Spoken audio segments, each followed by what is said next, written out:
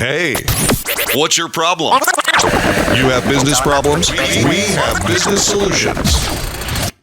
Well, maybe. Yeah, not always. Life is a fight. It is. In business, every day is a fight. Is that the truth? So, hey, what's your problem? Yes, thank you, John David Wells. Man, it's been a minute since we've done this show. I think the last time we did was December 22nd, right before Christmas. We've taken some time off for a myriad of reasons. But today, we're back. This is the What's Your Problem podcast, which is all about Middle Tennessee business owners and professionals, and even the artist occasionally that comes through. And we talk about whatever problems. It's always something that keeps us up at night, isn't it? This is a video and audio podcast. Check us out at whatsyourproblempodcast.com and pick your poison. If you don't want to watch my ugly mug, go listen to it. I am your host, Jim McCarthy, with Jim McCarthy's Voiceovers. And today, JimMcCarthyVoiceovers.com. I'm shaking the rust off, okay? Bear with me. Today, we've got I believe our first reprisal guest. From the beginning of the show, we had him on, Mr. Regie Hamm. Thank you for coming back. Man, it's my pleasure. It's like I always rope you into these things. I don't know. You keep on agreeing. I mean, I thought we fixed everything on the last one. Apparently, you have more problems now. Is that the case? I was like, when you called me, I was like, didn't we fix everything on that last show? Do I really have to come back again? I mean, there are more problems to fix. There are always more problems to fix. You know, we're going to do so. I don't know if we did this the last time that you were on. I'm going to bring this back as well. This is we're going to kind of get things going and have a little bit of fun, get the creative juices flowing. This is the Random 5, where we ask 5 random questions. Yeah. Did I do that the last time? I don't know. I don't think I did. I don't know. I can't remember. It was so new at that point. Yeah. All right, here we go. First random question, and this is a good one. This will be fun. What's the hardest lesson you've learned? Ooh, that's a great question. The hardest lesson I've learned in life. Yeah. That people are not always loyal. Ain't that the truth? Yeah. Yeah. That you know, whatever kind of thing you think they might do that's really bad, they actually might do. There's always something in your gut. It really makes one cynical, doesn't it? It can. Yeah. It can. Yeah. I've never done that to you in our entire No. I'm not saying relationship. you per se, but you just have to. You know, you have this. You have to kind of decide whether you're going to be forgiving or if you're going to be cynical. Right. It's that simple. Right. You know, you can be both. You can be forgiving, but not forget. Well, right? that's where I am. Right. I forgive very easily. I don't ever forget. Right. And that's, you know. Question number 2. Yeah. What do you have doubts about? Cryptocurrency. Really? Yeah. Not invested, huh? I am not. I am. I mean, I probably should be. I'm a late adapter. Yeah. And I'm a history buff, and I am a writer and an observer of human nature. Very good one at that. Thank you. Very well spoken. I've always enjoyed your blogs. Well, I appreciate that. What is your blog? Give it a plug real quick. It's just Regie Hamm blog, RegieHamm. And you could sign up on the site to become a not a contributor, but a supporter, a patron. If you want the daily, I write 1,000 words a day. Oh my gosh! And I have a Patreon site that for people who want that every day, and then I put a public one out every week. Right. You know. Question number 3: what do you want to be remembered for? Being a good dad, I think. That's a good one. Yeah. I like that. What do you regret? Question number 4. What do you regret not doing or starting when you were younger? Investing in Apple. Yahoo. Amazon. And I mean, you know, I wasn't that young when this stuff was available. Right. You know what I mean? Like I could have gotten in. And you know, there's always opportunities though. Yeah, well, that's right. You know, that's right. All right, the final question. If you could ever have a never-ending candle that smelled like anything you wanted, what fragrance would you want it to be? Boy, that's a great question. Lavender, probably. I love lavender. Yeah. I'm kind of like the summer beach breeze kind of flavor. That's good. Dude, so 1,000 words a day. Oh my gosh. It's cake for me. Is it? Yeah. How long, I mean, what does that look like? Is that a page or two, or on any of your given blogs, it's about 1,000 words? Yeah, it's give or take. I try to go for 1,000 words. That's a really decent read, but it's not too long of a read. Right. And I've monkeyed with it through the years. Like I've tried to post like 800 words. Right. And nobody likes that. Right. Like none of my readers. I mean, it's really weird. They'll specifically say, "Man, this just feels like this is incomplete to me." And so then you actually had to fine tune it in a way. Yeah. And then I've had if I go over 1,400 words, It's too much. it's too much. Really? Yeah. So I've kind of dialed it in over the years to about 1,000 words, and I mean, I don't want to be that guy that sounds. It takes me about an hour a day to do it. It doesn't take me long. That is crazy. It just pours out of you. Yeah, I don't spend a lot of time honestly thinking about it. That is an enviable talent. Well, I think. I appreciate that. I don't make a ton of money at it, but I will tell you this: I have hung my shingle. I mean, I'm a singer songwriter, and that's kind of what people know me for. Yeah. And the blog, and podcasts and whatever. But I have hung my shingle and just said, "Hey, if anybody needs copy, I can." Like I've written press releases, I've written book blurbs, I've written website copy. It's just, I don't know. Again, I'm not trying to. It's not a boastful. It's just a real easy. It's a second nature kind of thing for me. But in the beginning, was it always like that, or did it take time to build? 100% like that. Really? It was never hard. But you were always big on songwriting anyway. Yeah. That's how you got your teeth cut, right? Absolutely. Yeah. But I mean, you always had even in your songs, you tell stories. There's an old school methodology and feel to a lot of your songs. Yeah. A lot of them from the album that you have out, the big one that I've listened to umpteen times, American Dreams. Yeah. Even in the song American Dreams, you tell the stories of three separate people. That's just, man, it pulls at the heartstrings. There's a human element there that's just undeniable. Well, thank you. You're First welcome. of all, appreciate that. When I was 9, I heard Desperado. Yeah. And did you cry in front of the radio? While oh, dude, I was sobbing. I mean, it's like he's got to let somebody love him before it's too late. What does that mean? Brothers don't It can be too late. What is it? Means he's gonna die without ever having love. Yeah. I mean, I know he's got his reasons, and but it just changed my whole world, and those kind of word pictures. I was like that. Okay, that's the kind of songwriting I want to do. So, yeah. And then I wanted to be a novelist for a long time, and so I sort of squeezed all that into songwriting. I think. Love word pictures, word power, efficiency, all of that stuff. Right. And when I think I wrote my first blog in 2006. It was just a rant on the Grammys or something. And it was nothing more than me. It was on MySpace.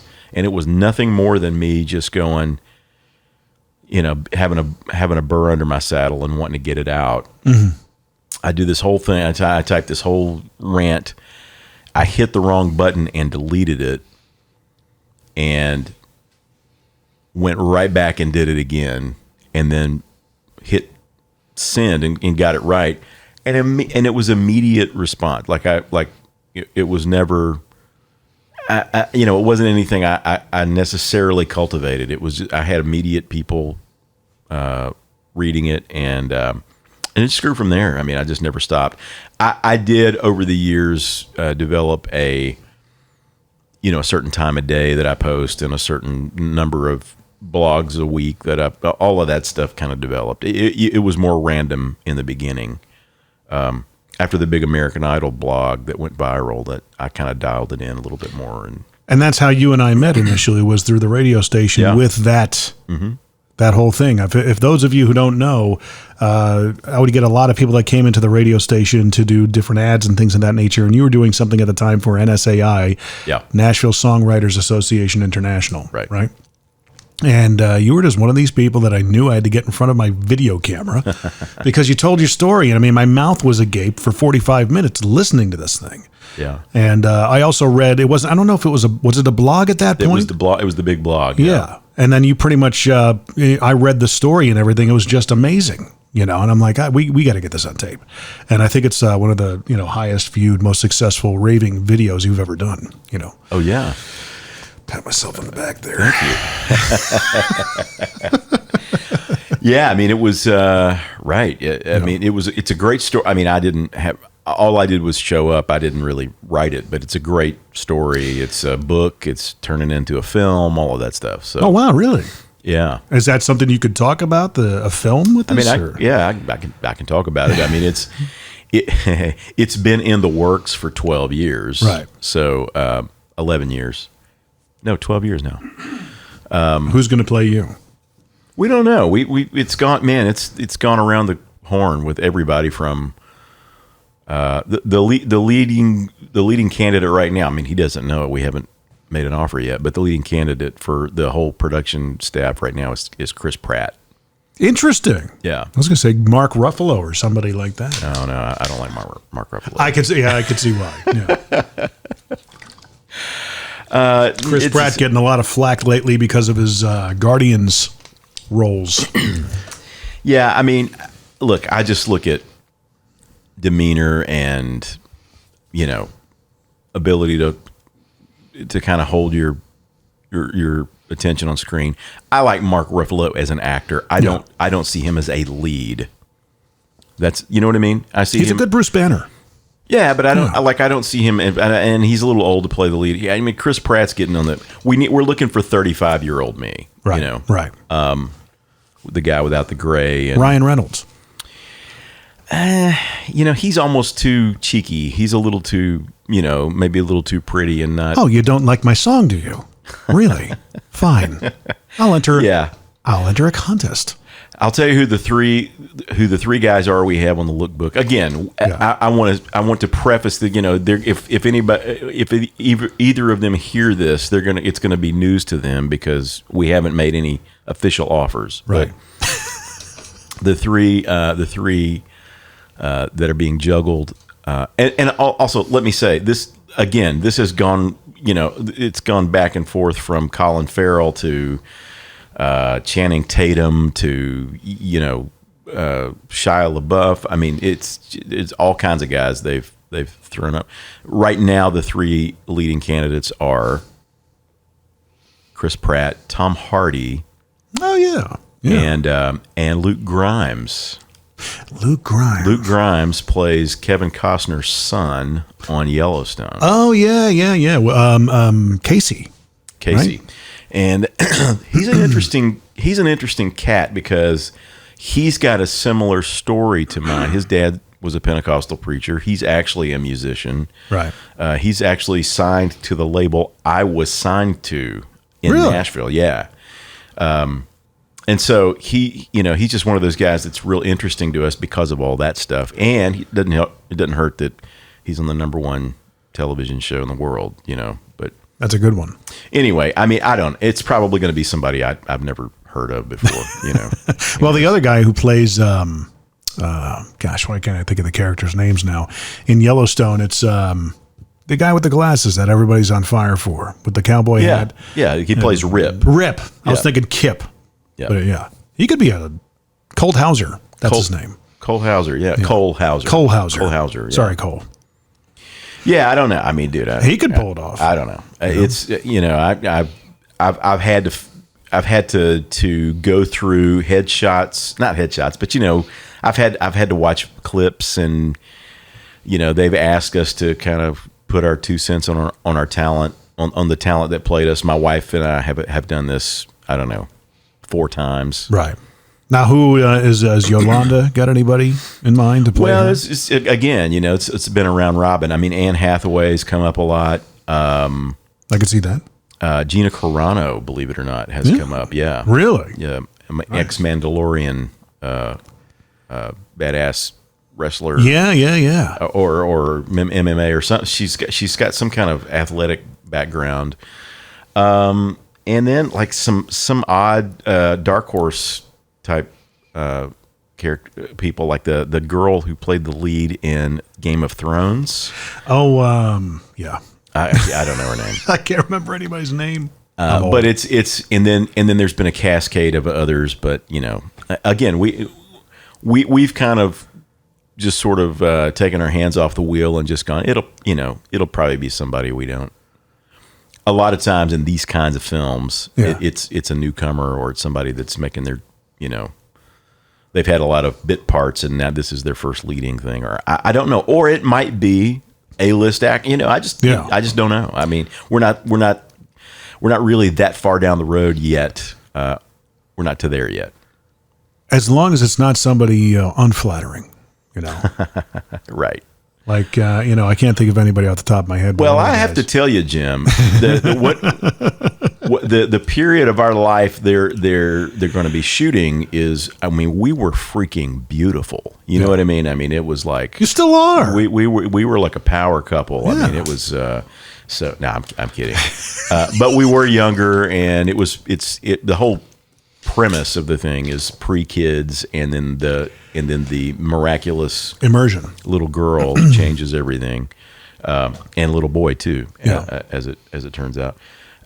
So that's it's part of the deal. It's like you need people that you can buy as rock star wife, and then they age. Yeah, which is okay. You age great. I mean, lately you've really got into shape. I saw the journey on Facebook and everything. Yeah. I mean, how does that? I mean, from a guy like who's at my age that hasn't exactly taken his physique very seriously for the past 20 years, is it now when you enter the bedroom, is it kind of like, hey?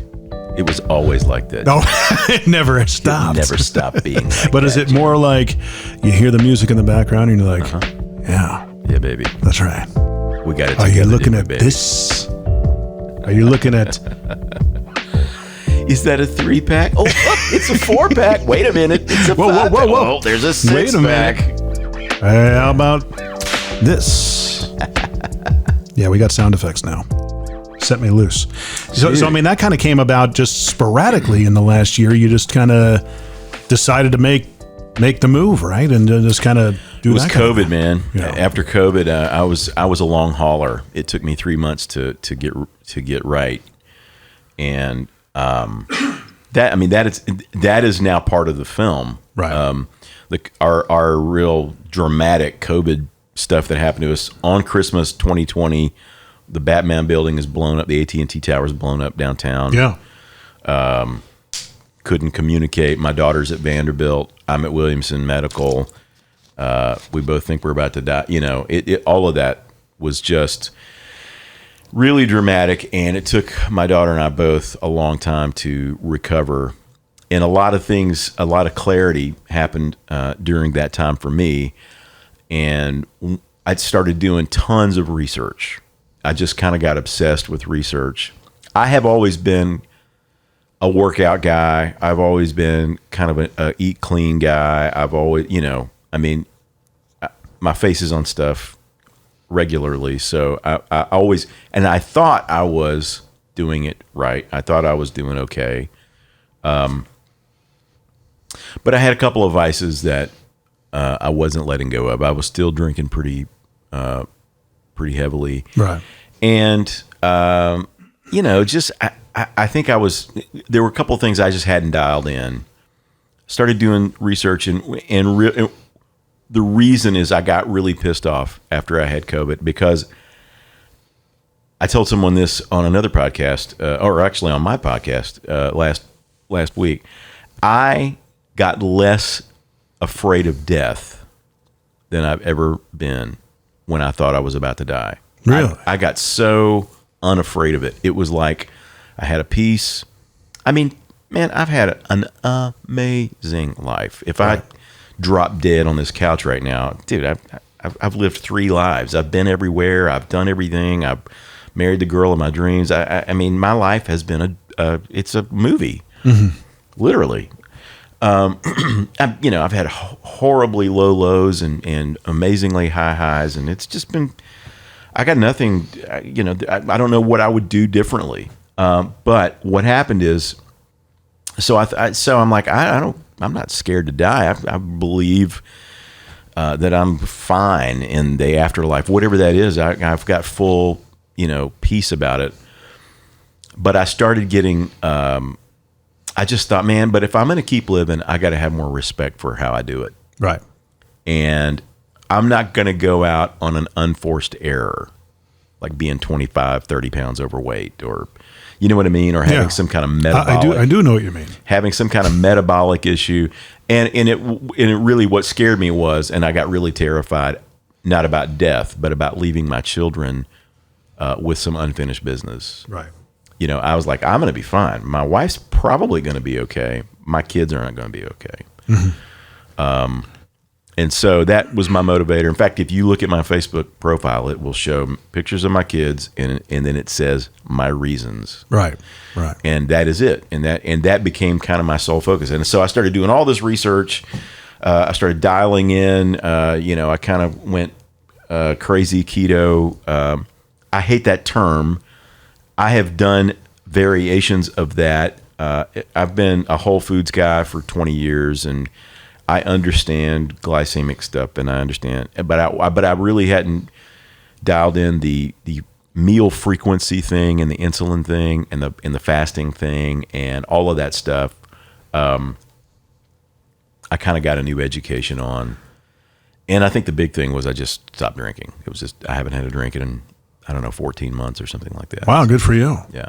And that changes a lot of things. It changed everything for me because even if you're not drunk, and I mean, I wasn't a drunk, I wouldn't get drunk, but it colors how you kind of do a day.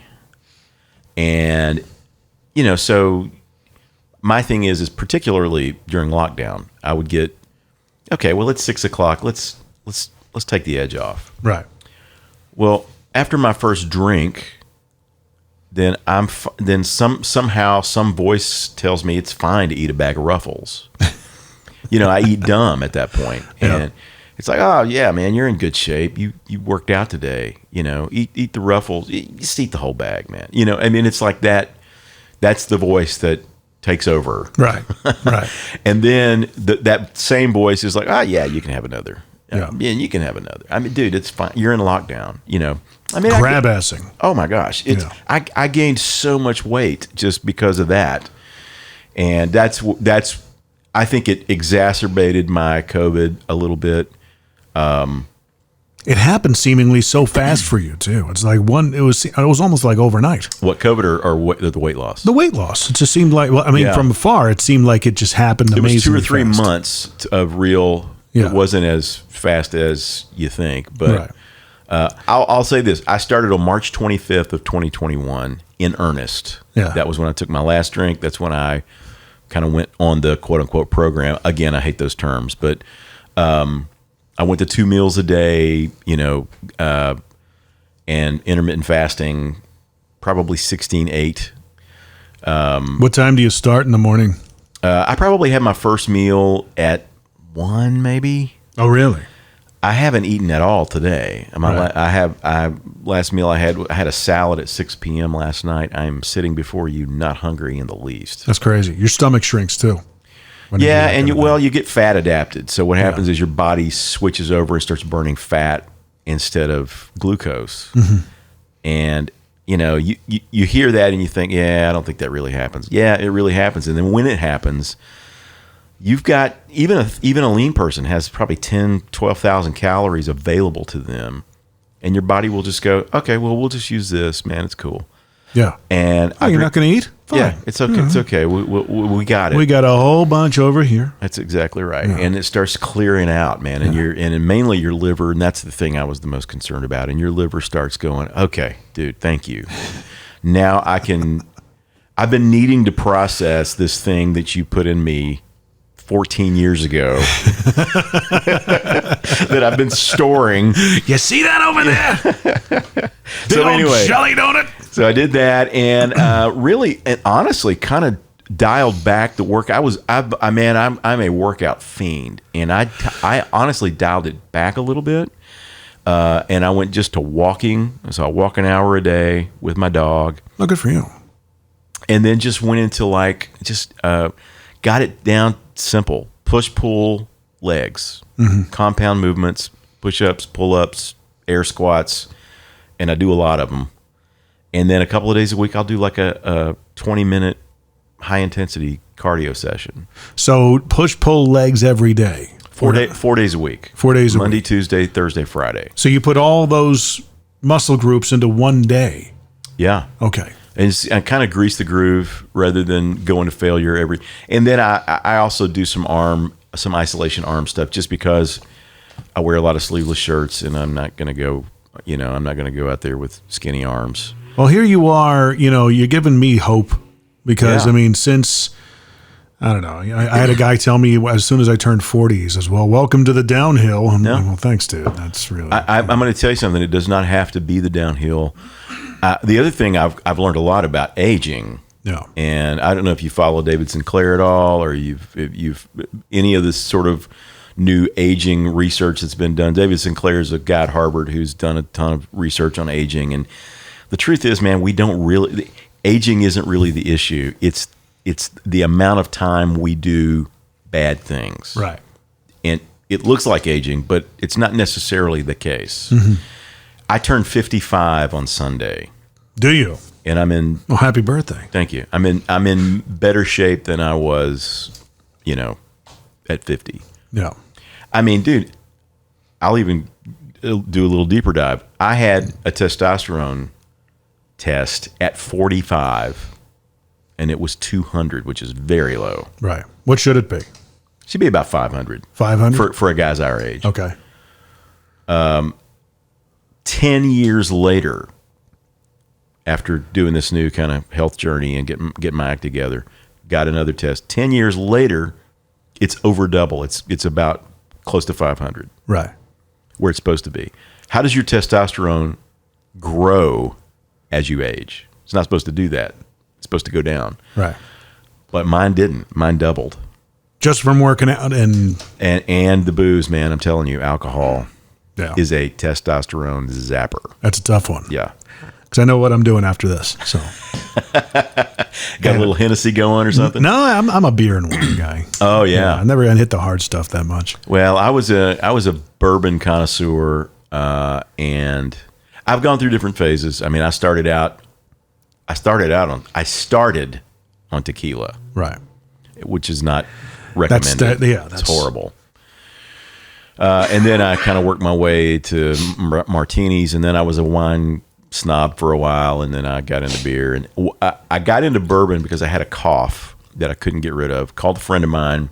I had a gig. Drink bourbon. That's what he said. I had a gig I had to do, and I'm like, man, is there a trick? Is there some kind of hack I don't know about? He's like, go down to the liquor store, get Jack Daniel's Old No. 7, just the straight stuff. One shot will get you through 2 songs. Really? And he was right. Is that why you see a lot of singers? Oh yeah. Some of them that's the trick of the trade, dude. And what happens also is it warms up your cords, and I immediately loved how focused I got. It was a different kind of buzz, really, than everything else. Yeah, you drink wine or beer or something like that during a show, you're going to get sloppy. But man, I would get just more focused and kind of dialed in. And what makes you sloppy in front of the mic is lawn mowing. So I came out from mowing the lawn yesterday. Yeah, and I had to do my recordings for the day. Yeah. And I get in. I'm rushing. We're trying to get out of the house, and all of a sudden, I'm like, let me just get these things done because we're going out for dinner afterwards for a celebratory dinner with my daughter and her drawing that's in the Williamson County Library, Franklin Library. Oh, nice. And I just want to get it out of the way so I don't have, because if I eat and I go to voice something, it's just hell. It's a different thing. Yeah. I'm like, well, let me just down a thing of water with some vitamin in it. I'll get in front of the mic, just hammer this out. Man, the first couple of scripts were just like, just freaking cloud mouth, And Is it's it because just all of the stuff outside in your sinuses or whatever? Yeah. If I have like a big old chocolate milkshake for lunch, which I shouldn't be having, especially in front of you, it'll stay with me for like 7 hours. Of course. Oh, man. Sure. Yeah, you can't. Yeah. You can't do that. So I just got to put some bourbon in my studio. Man, it warms your cords up. I will tell you. That's been the biggest thing. I mean, like I've recorded, many songs. Right. With bourbon next to me. And it just, let me say this. I thought it helped. You're not doing it to get, like what you're talking about, get hammered. No. It's a tool. It's a tool, man. Yeah. And I worked with bourbon in a coffee cup from that. I think I'm maybe 05, until last year. Yeah. And it was just kind of a hack, tool of the trade. But since I've been singing without it, I think I'm singing better. Really? Yeah. Huh. Definitely more on pitch. Right. Definitely kind of more in it. I don't know if that makes sense. Just kind of more in the moment. You're feeling the song. Yeah. Yeah. It's funny because, I haven't had a cold glass of water in years. I always drink it at room temperature. Yeah. And I think of the, the Bible passage where it says, lukewarm. You're either hot or cold, not lukewarm. Yeah. I'm like, I'm done. Yeah. You're in trouble. I am. It's funny. You think about getting into songs and singing songs. We recently did a job up in Ohio where it was an all hands on deck. For those of you who don't know, on another company that I'm involved in, we do a lot of lighting projects and things of that nature. And sometimes we have these all hands on deck type of projects. And this was the particular case in Ohio. So we had to go up to Parma, Ohio and outfit this store with LED panels. So I'm up in a lift, getting into my groove. I've got my headlamp on. I'm listening to Zac Brown Band. Yeah. And Who Loved Her the Most. And it's a song by Zac Brown Band that, there are songs that I can just sing along to, but cannot get through. Yeah. Because it's just getting verklempt. Right. For a singer, somebody who's got to lay it down, like Brad Paisley, he's got the song That He Didn't Have to Be. Yeah. Oh my gosh. Yeah. Are you kidding me? So, Kenny Chesney, the good stuff. Yeah. Well, not the good stuff, but also There Goes My Life. Oh, There Goes My Life. Oh, yeah. Those songs, how do you get through them? Without, you got to feel them and have the emotion come out in your voice. But how do you not get verklempt? Well, I've got a couple of those. I know you do. And my process, I don't know. I can't speak for Brad. I can't speak for Kenny or anybody that's got to get through songs like that. My process was that I have to do them a whole lot. Yeah. Almost become numb to them. Exactly. Right. Yeah. And so even still, I've got a song called Leaning Tower that even now, if I look in the audience and I see too many people breaking up, and sometimes you do, it will get me. You know what I mean? Just watching them have an emotional reaction will, and I'll have to kind of pull it together. Yeah. But I have to lean on I have to get to the point where I can kind of lean on the rote, the muscle memory. Yeah. You know what I mean? And then you really, and then it's about being a pro, man, being able to emote that thing without being in the throes of the emotion. Yeah. You know what I mean? It's not always, sometimes, again, like I said, sometimes I kind of, if there's a song that's really emotional and I haven't done it a lot, I'm a crier. Yeah. So I run the risk of, You're emotionological person. Yeah. You're kind of like me that way. Yeah. I've become very more. I've never heard that term, but I like it. I came up with it because of the thing that we've been going through for the past 4 months, and assessing who we are as people. And you really find yourself when you get into a pressure situation or a troubled situation, you start to grow. I always say that you're not going to grow. Lobster never grows without breaking its shell. Mm-hmm. So that's kind of the last 4 months for me, has been breaking my shell to make me grow as a person. Tell me more about that, Jim. Oh, really? Yeah. Well, what do you want to know? But getting back to the song thing, the reason why I brought up the Parma thing, being up in a lift with my headlamp on, I'm crying like a baby while wiring these lights together. Yeah. And I'm like, I got to call my wife. Yeah. Yeah. So it was pretty embarrassing. Well, no, what do I got to tell it's you interesting. about? I mean, you haven't done a podcast in 4 months. And you're talking about what kind of people are we? We're growing for 4 months, and what's going on? Oh, just legal things, Okay. Yeah. The stuff that's been going on that I probably can or cannot talk about. I got you. Okay. It's business stuff. Business stuff, moving on, that kind of thing. And You're not getting a divorce or anything like that, are you? of sorts. Okay. I mean, but not Not for my wife. to one of your wives. No, right? no. Okay. All my wives are in check. Okay. I just want to make sure. Yeah, make sure that all the houses are paid for and everything. I like. And the I'm not even blonde. Mormon. She's the blonde's my favorite. My wife just wants help. That's all. It's so funny. My wife and I this past December just celebrated 30 years. And Good for you. We celebrated 20 in September. There you go. Yeah. And we always talk about sister wives. She's like, I just need your same thing. Fine. If somebody could come in here, this list of stuff, if they'll do that, they're welcome. Just get it done. Like, and I'm to the age now where it's like, I don't, I like, that's all I need them to do. I just do this. I'm kind of with you. I don't want, I don't need any kind of conjugal visit or anything like that. I'm not interested. I just need stuff to get done. I just need stuff to get done, and I need dinner made. Can I get assistance, please? Can I exactly run my calendar, that kind of thing. So let's go with this. Here we go. It's that point of the show where we ask, what's your problem? Mr. Hamm. Yeah. I'm thinking life is kind of good. I mean, but you're very real and transparent on the book. Yeah. And on the Facebook and things of that nature, and your blogs are very real and transparent. Even the latest post that you put up was something along the lines of, hey, we may appear to be this happy-go-lucky couple, but in reality, we're kind of like you guys. We've got our issues too. I mean, what was that all about? Where did that come from? Man, we had a rough week. And I, in particular, one of the things, and I don't talk about it, I mean, I'm trying to figure out how to couch this. I put so much out about personal life, fitness journey, all of this stuff.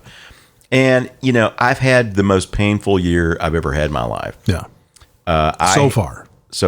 Did it start on the nose as soon as 2022 turned? Yeah, pretty much. That's how it was for me. I've had one of the things that's happened with the weight loss and with dialing in different ways of eating is I've had a lot of gout flares. Right. I am one of those people that is plagued with kidney stones and gout. I have uric acid issues. Now, before everybody floods your comment section with the remedy, right, I've done all of them. Okay. And it's not, my situation is as I'm doing, and trust me, I'm going deeper than anybody that's about to share the stop eating purines has gone. It's not about that. If you still think red meat it causes gout, you're about 2 years behind on your reading. It's not really that. It's probably a gut microbiome thing. As I'm researching it, it may have something to do with stuff that happened to me when I was 9-10 years old. Really? Yeah. And that there's a book out called Dropping Acid, David Perlmutter, and talking about uric acid, how it's evolved in humanity and all this. Anyway, I'm kind of the poster child for a bad uric acid profile. Mm-hmm. And so I've had kidney stones since I was 21, had gout, started getting gout when I was about 43. Anyway, this year has been the worst year. I have passed 5 kidney stones. I have had about 15 or 16 gout flares, really bad ones. I was on prednisone when I broke my arm. Mm-hmm. And it might be why the arm broke so easily, because that kind of stuff weakens your bones. Right. But, in the middle of literally 3 days, I think, before I broke my arm, I'd been taking pictures of my feet because it was like, I can't do this anymore. You know? And then 2 days later, I walked outside and slipped and fell and broke my arm, and had the. Was that because of the feet or just a slip? No. That was just stupidity. That was me not realizing that we had an ice storm and that every step of my deck was covered in ice, and I trot out there with my dog to take him out for the last time of the night, and hit the first step and realized this isn't going to end well, and came down on my left humerus, broke it in half. I remember that. Yeah. And so that, as that's healing up, literally last week, I have, a kidney stone that I have to go to the hospital, and I did pass it. They didn't have to go and do surgery, but the next day I've got one of the worst gout flares I've ever had. Anyway, Of course. that kind of pain for that amount of time, it starts messing with your mind. Yeah. And that's kind of where I was. And then the alternator on my car went out. It was just stuff like that. Yeah. It Dumb wasn't, stuff. it just, a convergence of events. It wasn't, man, God love everybody. They came. I mean, I had private messages, and I had people, we had somebody send us dinner, and it's like, man, all I was just asking for was some goodwill, man. I just needed, that was it. Right. But our stress wall, I don't know if anybody has ever talked to a therapist about this, but you call it the stress wall. It's like you're building a brick wall, and there's a cap on it, and you get up to a certain height, and then it doesn't take as much to get you over that cap. Yeah. Our stress wall is pretty high all the time. In other words, a long fuse. Well, it's a long fuse, but then it becomes a short fuse. It's like Right. our stress wall is high all the time because we are a caregiving house. Like my mother-in-law lives with us, and she needs constant care. My daughter needs constant care. There's not a lot of room for error at all. So the smallest thing can set you off. If you're kind of constantly on edge. That was the other reason I really wanted to get my health better, was I knew I was going into my mid-50s, and I had to be able to manage the stress better. That's a good way to do it. Yeah. So I've heard. Well, you can drink. Yeah. And I realized that wasn't that only works for so long. Yeah. And then, Not so much of a good way. So anyway, that was the whole point of the post. And people, I just had kind of gotten to the edge of what I could take pain wise, and I have a very high tolerance for pain. The beginning of the year for me was, everything hit the fan, and doing things I never thought I would have to do or be put in this position to do. And then all of a sudden, end of January, beginning of February, maybe middle of February, 3 friends of mine just gone. Died. Yeah. And just all these, and I'm like, you got to go through the valleys in order to appreciate the mountaintops. Yeah. This is what this is. Yeah. Sometimes you just got to go through it. Right. And that's life. That's just the rhythms of life. With everything with an inhale, there's got to be an exhale. I looked at it that way. We are creatures that have a sympathetic nervous system and a parasympathetic nervous system. Yeah. And both of them have to work together. You're exactly right. Like if you're always in the sympathetic, you're going to go insane, which is kind of where I've been. The constant pain is you're in sympathetic, you're in fight or flight. You're in sympathetic nervous system. Is that your problem? Are we kind of getting on something here? Well, it's probably because I have constant, because of my daughter, and I have sort of morphed into her primary caregiver for no other reason than I'm the only one who can physically handle her now. Right. She's almost 20 years old. Wow. And is nonverbal, and she can't bathe herself or go to the bathroom, and you know what I mean. She's severely disabled, but also really strong. So she's got great mobility and movement, which is fantastic. But it's also kind of a detriment because you got to be strong to handle her. Right. So she's as tall as my wife now, and strong as my wife, and she's so adult sized. She is an adult. Yeah. So I've kind of taken that over all the physical stuff anyway. And so that's constant. That's 7 days a week. That's in 2021, I was away from my daughter one night. Right. I flew to California. I did a show, literally caught the red eye. I left the show, caught a red eye, slept on the plane, got home before everybody was awake. Right. That was the only gig I did in 2021. Wow. And so it's constant, and so I've got, I guess you'd say that's my problem.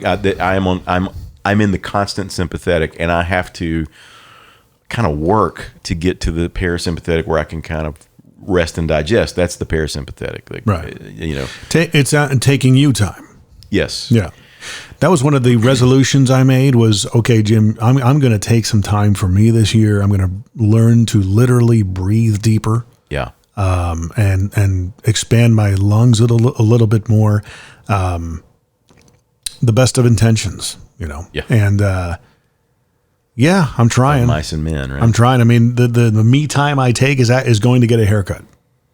You know? Yeah, well, you have to. That's one of the things. I think a lot of dads in particular, and definitely mothers for sure. But if you got kids, one of the things, my walk is my kind of like parasympathetic. Like that's why I went, okay, that I'm focusing there. I walk my dog. It's really, really therapeutic. I've got a beautiful trail to walk through in my neighborhood.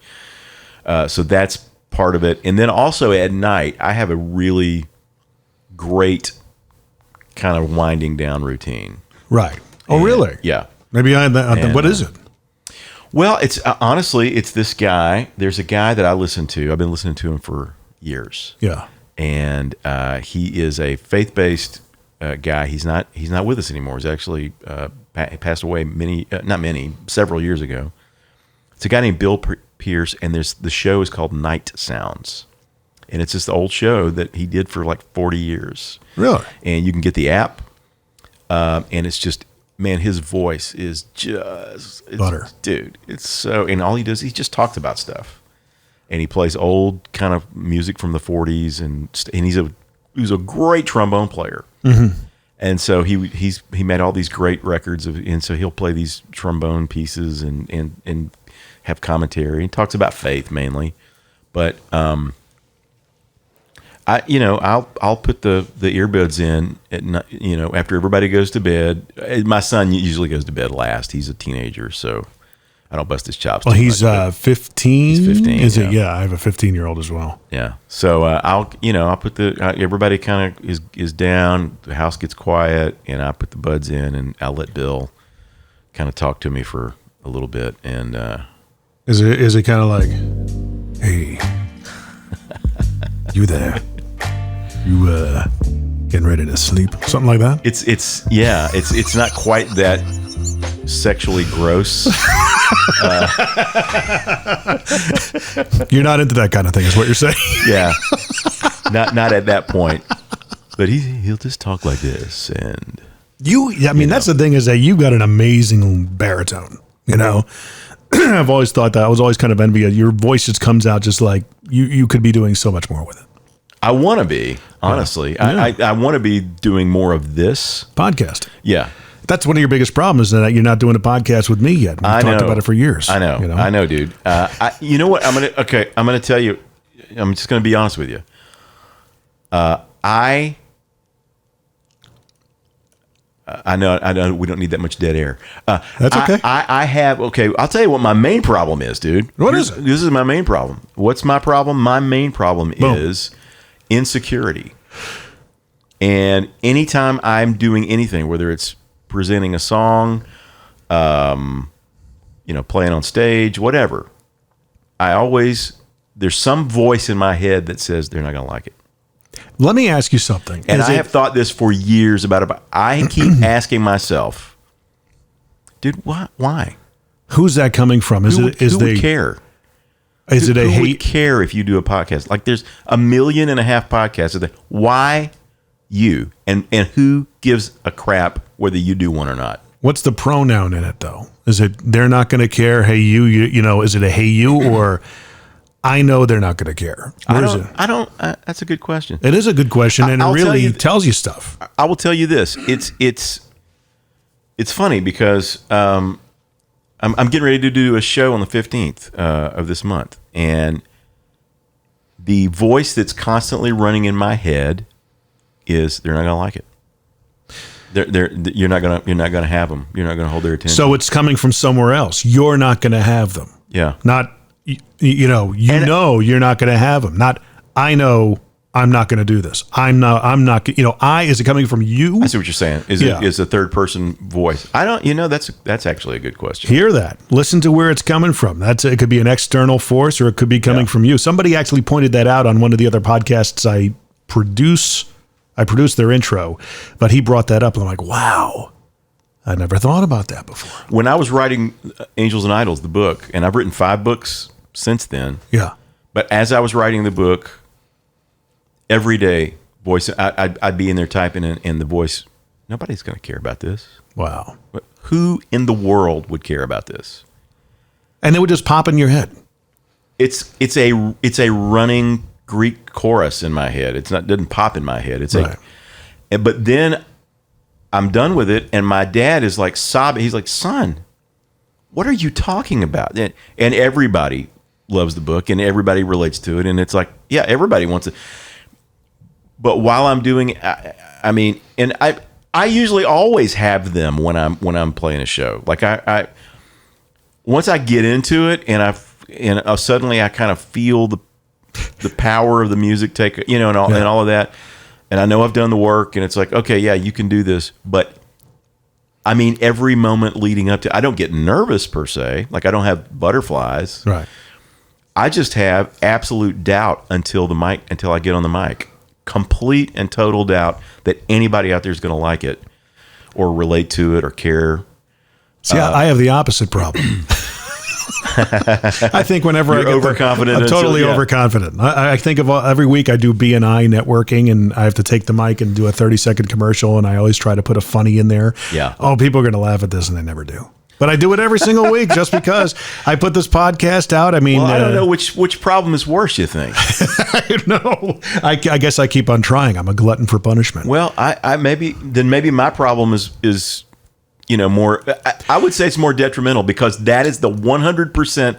There's no other reason. Well, that and some tech ignorance on my part, but it's 100% of the reason why I haven't had a podcast out. Right. Because I just keep asking myself, why the hell? Because it's another form. I always thought would anybody care about what you have to say? Your blogs are a podcast. I've always thought that. I guess so. You can do a weekly thing where you're just picking a blog and breaking it down even more. Yeah. I mean, that's what everybody says. I tried to do a couple of them with me just talking to the air. Yeah. And I didn't like it. We did the Infidel Report a couple of years back. Remember? Yeah. One episode. I just didn't like it. It's just like I listen to it and go, I think the other problem is I don't really, like you were very kind about my voice. I don't like to hear my voice. Right. I can't stand it. I think it's like a buttery voice. Well, I appreciate it. Right now I've got like pollen stuff going on. I can't tell. It is funny because I want to tell you to, hey, you got to be more confident, but maybe that's where the goodness is coming from. What goodness? The goodness of, the doubts that you feel, the other voice telling you it's not going to work or it's not going to do this or that. Maybe that's the magic key component that's making it appealable, I guess. You know what I mean? Yeah. But I don't know that it is appealable, Jim. I haven't put any out yet. Buddy, I'm seeing the people responding to your blogs. Well, you're talking about the blog. Well, yeah. I mean, I do. What's the podcast you already have now? What's that one about? Tell me about that. It's just me talking to people, basically. Oh, really? Okay. Yeah. And you put it out a weekly thing? We're compiling them right now. Oh man, you just got to freaking put them out there. I know. Yeah, I know. Are you doing editing on them or just letting it? Nope. Good. It's raw feed. Yeah. And I'm just stream of consciousness. And I'm really just doing them on Zoom. I mean, I'm not even having anybody over. It's just like you call me, or I'll send you a link and we'll do it, and then we're done. Right. And I've got a guy that I'm working with who's going to maybe do a little production on it. I don't know. It was supposed to be audio, but I don't think just audio works anymore. The video's good, and I always tell a lot of my podcasting clients, for those of you who are listening, if you need a podcast, let's talk. Video always adds that extra element because you can pull the clips from it. Right. You know what I mean? Right. And the clips are what really get, in my opinion, the audience. The views. And as soon as you start pouring the gasoline on that fire, you start pushing different clips out on Instagram, making sure that they're captioned, headlined, and all that stuff. Yeah. That's where the magic happens, Yeah, I know. And I love talking to people. Like I really enjoy it. Like I enjoy doing this. I'm always, and I think it's interesting. I think we have interesting conversations, and I think it keeps people's attention. It's again, when I get into it, I'm like, yeah, okay, well that makes sense, and maybe that will help some people. But every step of the way to get there, the constant voice in it's not a occasional voice. It's not like it pops up. It's a constant. Nobody's going to care about this. I appreciate that voice when it comes to. I know that I'm not trying to be funny here, but I guess it would come off as funny. But then again, I could get crickets all I know. Whenever I want to eat badly, milkshakes are my bane of my existence. Not the bane. It's my crutch. Okay. So I love drinking milkshakes. I love anything ice cream, Oreos, chocolate, all that stuff. And the voice in my head says, you're not going to feel well after this. So it's kind of a good voice, Right. Yeah, I know. But you're probably going to do it anyway, and that's the next sentence. Well, no, dude, you're not alone in that. I'm not doing it. Yeah. Can I get a medium? See, I told you, dude. Yeah, shut up. Well, that's what sugar will do to you. Yeah. Sugar's insidious, man. Yeah. It's some report I was reading. If they tried to get sugar, past the FDA today, it wouldn't. It's just so addictive, and it's so really bad for you. Yeah. Where I go with that, one of the things that helps me with the body thing, at least over the last year, is I go into the then what. That's kind of where I kind of live there. Okay, if I eat this donut, then what? Right. Well, I'll want another one, and I won't ever really be satisfied. If I eat a dozen of them, I won't be satisfied. Right. And then what's going to happen is my insulin is going to go through the roof, and I'm going to store fat, and I'm going to crash, and it's going to be horrible. So, is the taste of the donut worth the then what? Right. And so for me, it isn't. Same thing with booze. I mean, my heart goes out to alcoholics because I never had a chemical dependence on it. You never felt like you needed it. No. Right.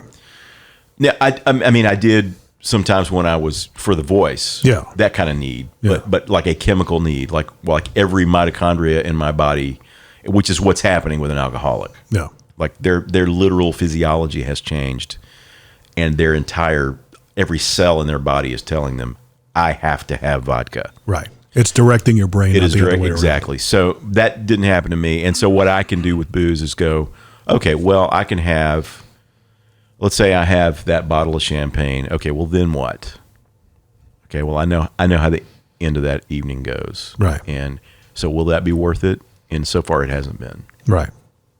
McDonald's, you do the same thing. At least I do. I do it with everything. Yeah. I do it with anything I'm about to eat, anything I'm about to drink. Just then what? Have the Caesar salad. That's goodish for you, Jim. And then what? I'm going to be hungry in about 30 minutes. Yeah. That's where you got to get fat adapted, bro. I've got the first part down. That's where I just got to put the adapted in. That's it. But See, I'm getting some. I'm telling you, I'm getting some laughs at least. Yeah. Right? But I mean, anything else going on? You got the podcast. You're still you're getting back into gigging a little bit around town. Yeah, a lot of that has just been a function of the world getting back to normal. Yeah.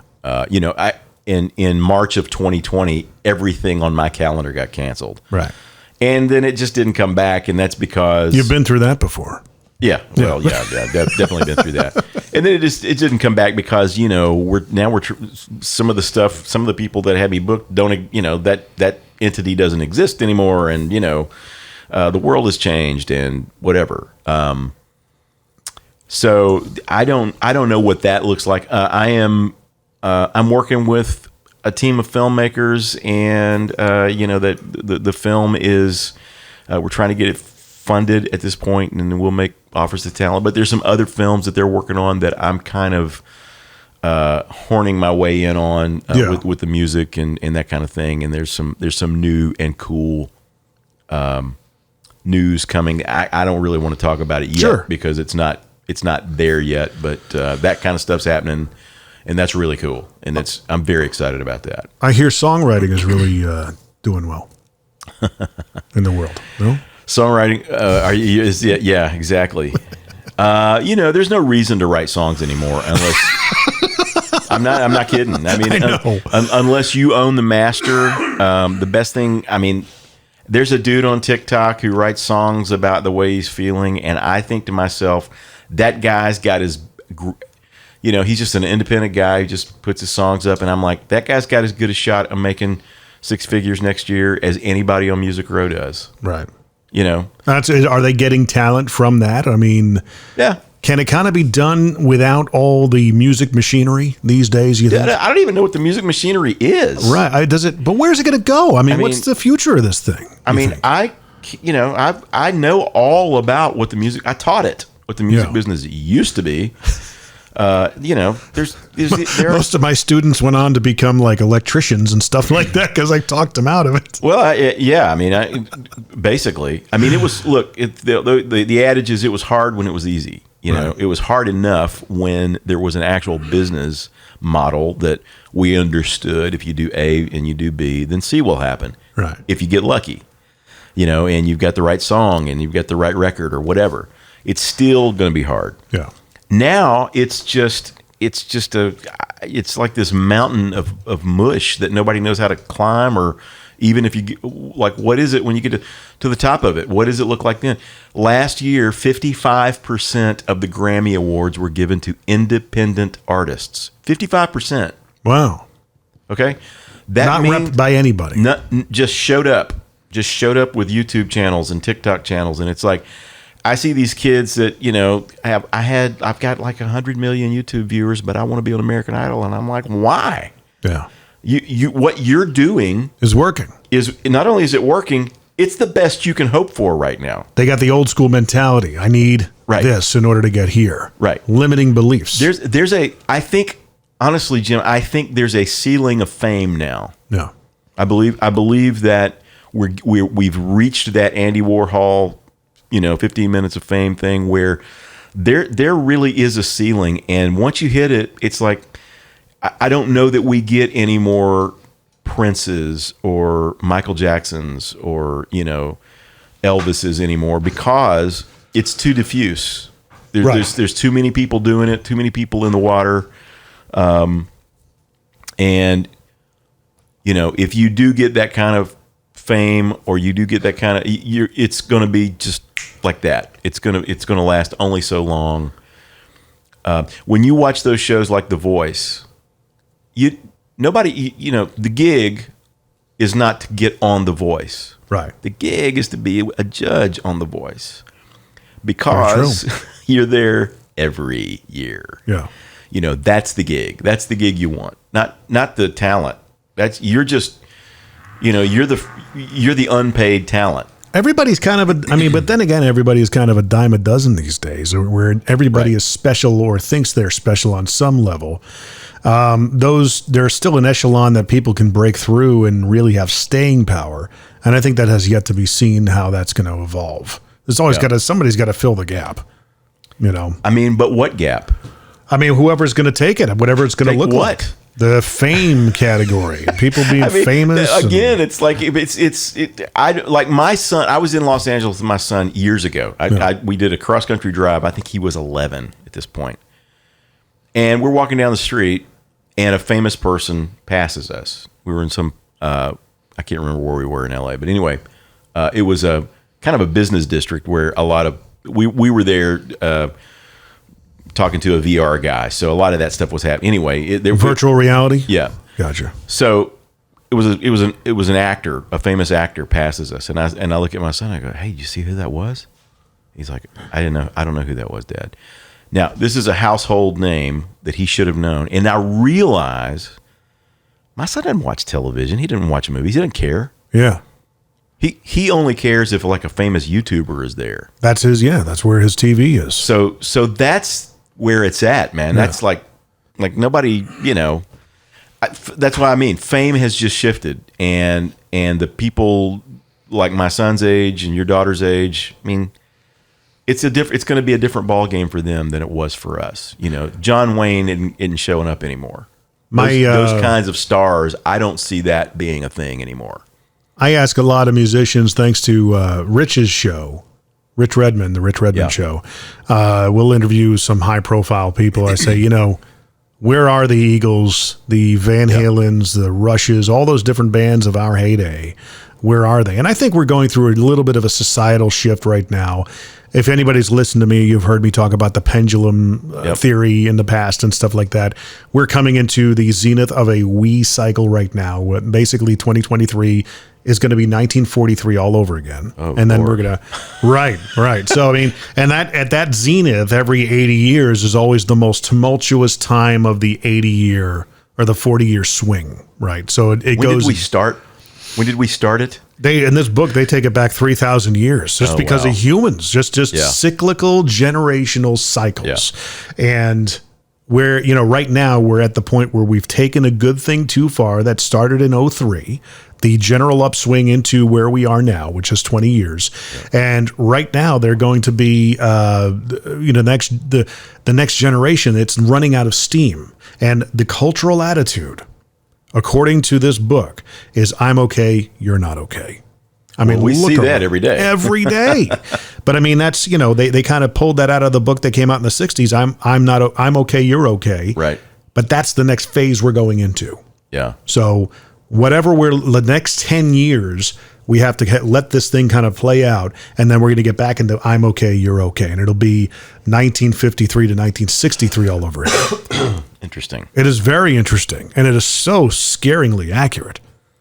Amazingly accurate. I think one of the things I talk about is, and I write about, is where is the rock and roll?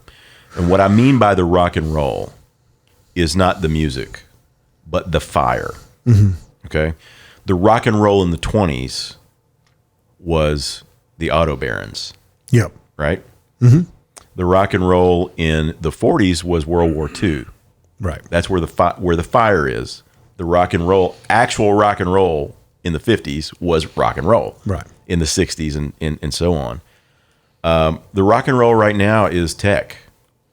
That's where the fire is. The rock stars of now are the Bezos, the Elon Musks, the Jeff, the Mark Zuckerbergs. I mean, that's the rock and roll. Entrepreneurship is cool now. Yeah, the people who are making that kind of stuff. Yeah. My son wants to build games. That's the rock and roll for him. Yeah. And so music is like rock stardom you're talking about. Absolutely. Yeah. That's where the Led Zeppelins are. Yeah. They're in a cubicle somewhere building the next video game. True. They're not in a garage making music. And those are the platforms that are breaking new music anyway. Yeah, and music is just kind of ubiquitous in there. Yeah. It's sort of like a commodity. It's like a public it's like a public service or whatever. It's like, it's just there, and oh yeah, I like this artist, boom, they're gone. I like this next artist, but the real rock and roll, the people who are kind of flexing muscles and doing the big stuff, that's all in tech.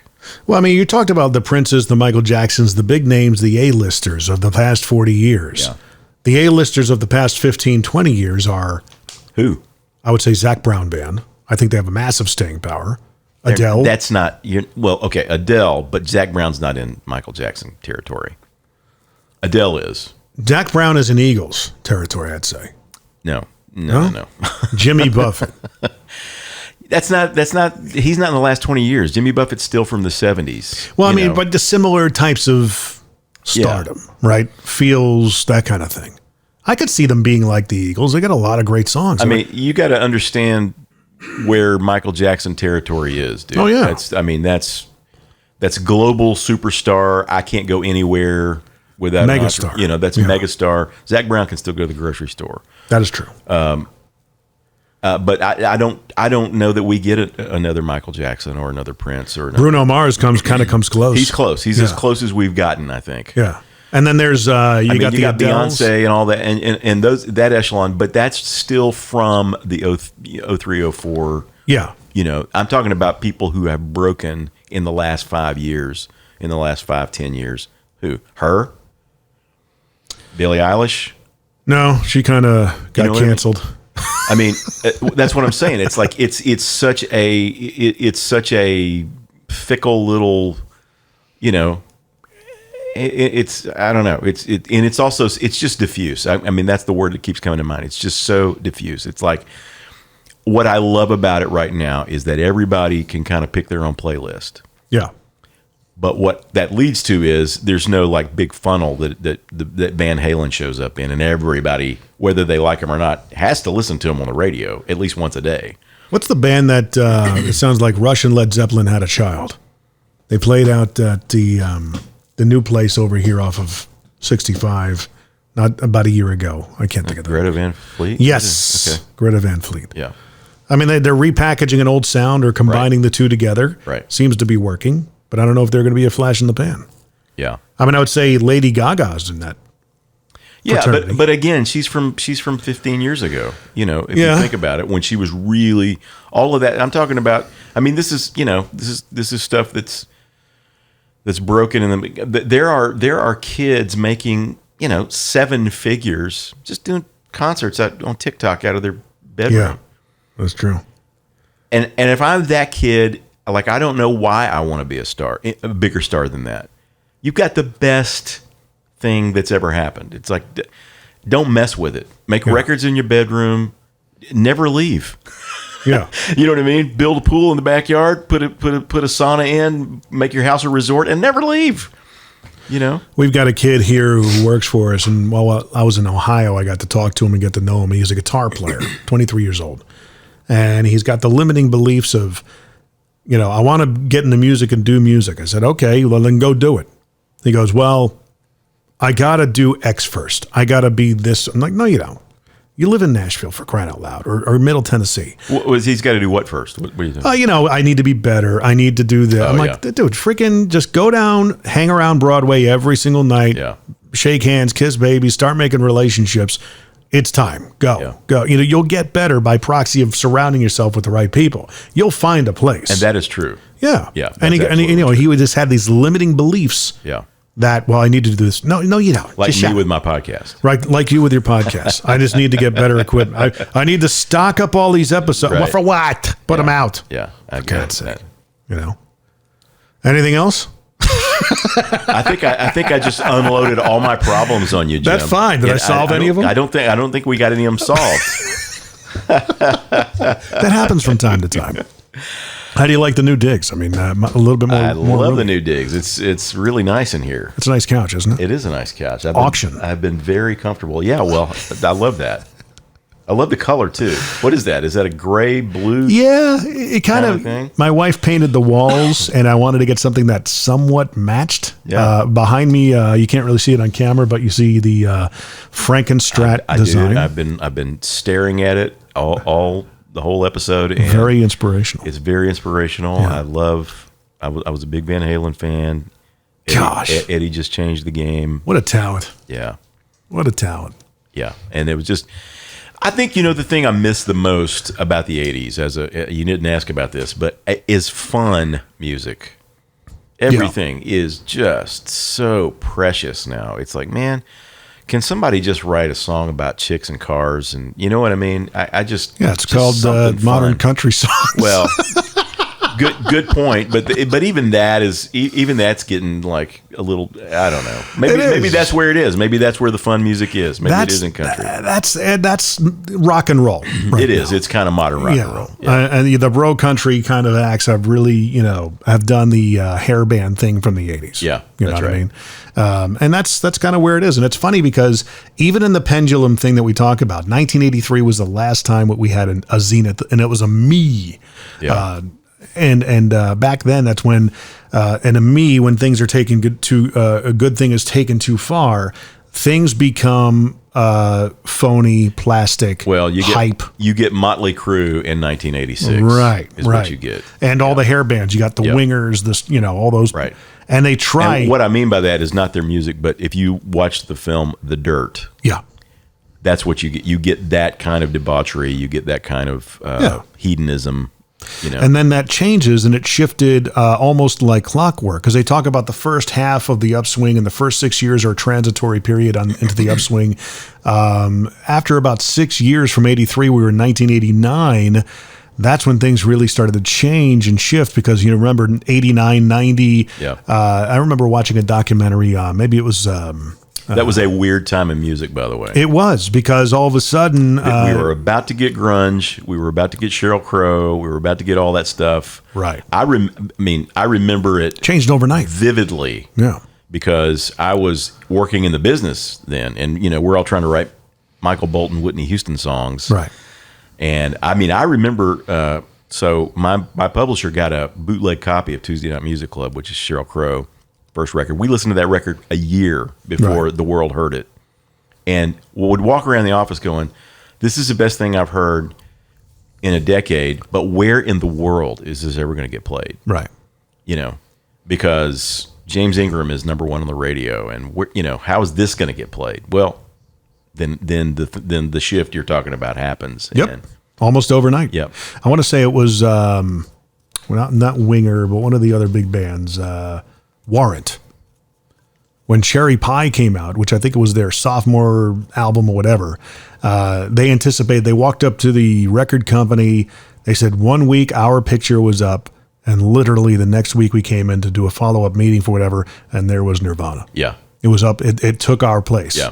And that was the thing to move forward. Yep. It was just amazing how quickly it happened. And I always say the 90s, because the 90s was a cultural period of I'm not okay, you're not okay. Yeah. So very interesting. Very interesting. Or no, I'm not okay, you're okay. So a lot of flatulation. Yeah. Or, there's just kind of self-effacing type of music. I'm not even sure if I'm using the right terms. But, bad self-esteem music came out during that time. Yeah. And it was like just a nebulous time in music. Even 1995, I remember listening to K-Rock, 92.3 K-Rock out of New York City, the alternative station. And it was just, butthole surfers, throw it against the wall, see if it sticks. Yeah. Crash test dummies. Sure. Right. And they would literally just, they're just trying anything. Right. Because the sound was all over the place. Right. It couldn't find itself. But the underlying theme was like bad self-esteem. I'm a loser, baby. Right. So why don't you kill me? Exactly. Yeah. Bingo. Yeah. And the superstars that came out of that era were the Pearl Jams, Soundgardens, and those guys. And then it started to get a little bit more focused when the not the bro metal, but the groove metal started happening. Yeah. The Limp Bizkits and Linkin Park. Right. Just crazy. Well, I kind of liked it when it was all over the place. Yeah. I didn't mind that. Yeah. It was interesting, to say the least. I like it when it's interesting. When it's all dialed in, that's when I kind of check out. Yeah. Formulaic. Yeah. And that's how kind of it is now. And I've been a part of this formula. Trust me. I just did it. Yeah. Yeah. But I prefer when it's interesting. My son is into making music, electronic music. Yeah. He's learning FL Studio and things of that nature, and he's got melodies constantly going through his head. Yeah. I'm like, put them down. Yeah. Figure out a way to express them.